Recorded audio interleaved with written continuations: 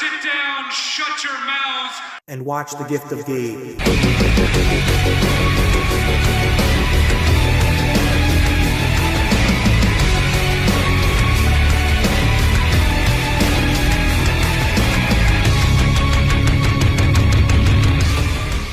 Yo, party peeps, what is up? It's your boy, the best gabber in the biz. Holy shit, what a double or nothing that we just had tonight. Championships retained, Ospreay and Mercedes win gold. The elite have officially begun to change the world era, and the devil himself, MJF, is back. So guys, let's gab about it. First off, one of the huge points of the night, the devil, our favorite scumbag, Maxwell Jacob Friedman, MJF, is back. Adam Cole Baby wanted to, come out here and say, hey, there ain't no one that's going to be able to touch me once I'm coming back from this injury. And bam, awesome vignette time. Hit the music.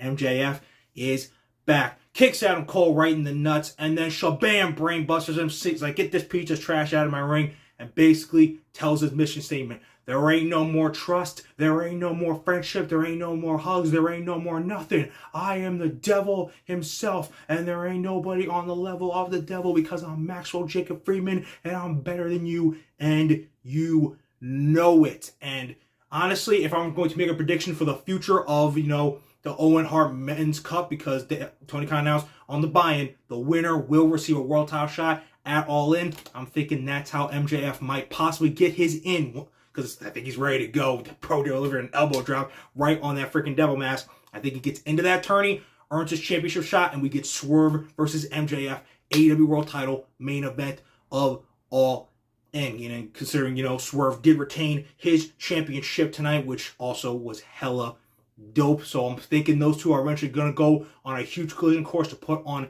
a story and a match that'll low-key, actually high-key, freaking amaze us at every single second, because it's literally the battle of Swerve's house versus MJF's freaking just dominance, his evil, whatever you want to call it. But dudes, y'all better get ready. Roster, be on notice, because the king, the devil, our favorite scumbag MJF is back, and if you don't freaking watch your ass, you are going to end up just like Adam Cole did, basically summed up just like this. You got knocked the fuck out! So guys, I talked about championships that were retained. The Bang Bang Gang, Guns Up, Timeless, Tony Storm, and most importantly, Swerve Strickland retained their championships as well, and so did the FTW champion Chris Jericho. But guess what? I will admit, very surprising to me, Adam Copeland is still our TNT champion. Now, I know I was all being like, yo, Malachi's going to win this shit. Copeland's going to join the House of Black. He's getting dark. He's getting broody. And man, that entrance he had, freaking just up the ante. I was like, oh, dude, he's ready to join the house. It's going to be great. He even swerved us for a minute, being like, yo, they had Malachi and Brody come out and be like, stand by Copeland for a minute. And once they turned on him, which I was expecting they did, I was like, all right, Malachi's got to win this. It's over. And then the lights go down again. And coming up through the ring, freaking Gangrel, who, by the way, mad props on his Impaler DDTs. He was getting some height and impact on those things, especially the Brody. He's a big dude. So at the end of the day, Copeland is still a TNT champion. Didn't come out unscathed. It does look like he has, an injured, leg. He wasn't planting it too much on the way out.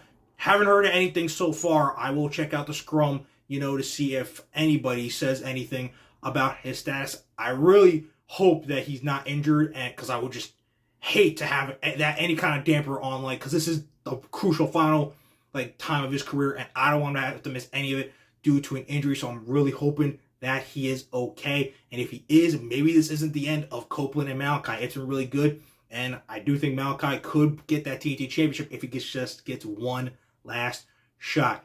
But yo, I said it the other night after Dynamite when Malachi literally got blood drenched all over him. Did he make a mistake bringing this side of Adam Copeland out? Well, it looks like he did, because Malachi Black is not the TNT champion. And even though he is a little bit banged up, Adam Copeland is still a TNT champion. And at the end of the day, shows that he is bigger than the House of Black. Guys, I talked about championships that were retained. Let's get into new champions. First off, Will by God Ospreay is the new international champion. Now, there were a lot of great matches all across the board. Those champions I said they retained, all super dope matches. And even Moxley Takeshita, all great matches. But Ospreay and Strong, this thing was all over the place. Perfect way to kick us off and set the tone for an amazing night of action and storytelling all across the arena and in the freaking ring. And at the end of the day, Ospreay, even though he still was hesitating, he didn't want to pull the trigger on the Tiger Driver 91, he still went through with it. He was able to hit that hidden blade. Stormbreaker 1, 2, 3, new international champion. This dude has not been able to be touched since winning, since coming to AEW, even just a few years ago when he was doing it on a limited basis. And now that he's here full time, bro cannot be stopped. I thought 1000% agree with him winning the championship. Like, we look at the history of that championship, it's still in its early stages. We had Pac be the first champion. He went all over the place with it. Orange Cassidy set a huge, precedent with it, defending it every week in great match after great match after great match for as long as he did, and just putting his body through everything just to keep that championship. And then, Roddy, he ended up taking that championship off of, Orange Cassidy. I'm just totally glossing over the whole Moxley Phoenix thing because that whole thing was kind of wild with the injuries that happened between. But Roddy, he was a good champion. But at the end of the day, it was going to be hard for Ospreay to lose this. And honestly, I feel like he's going to elevate, pun intended, this championship to just as high of levels, maybe even higher levels than Orange Cassidy did. Because look at what Ospreay does every single week, bro.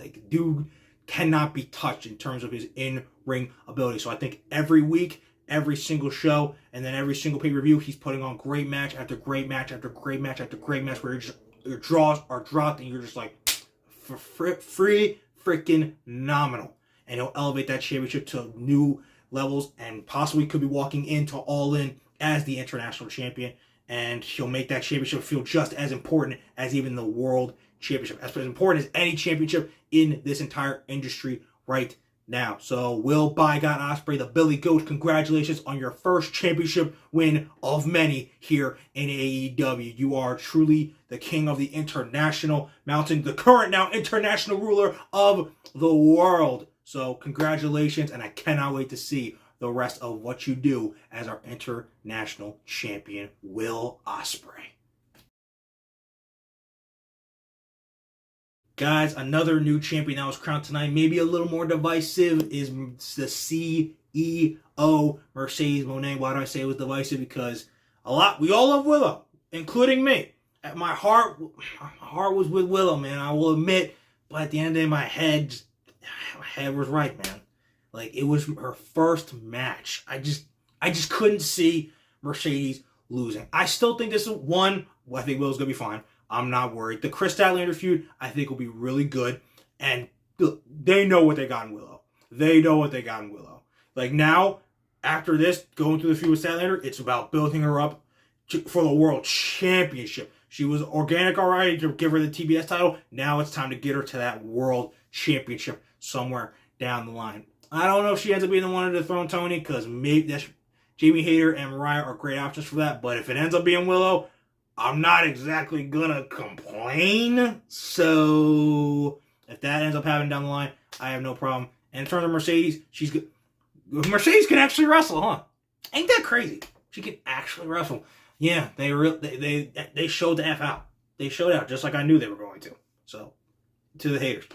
So, honestly, I think they're going to have her basically do what every champion's done.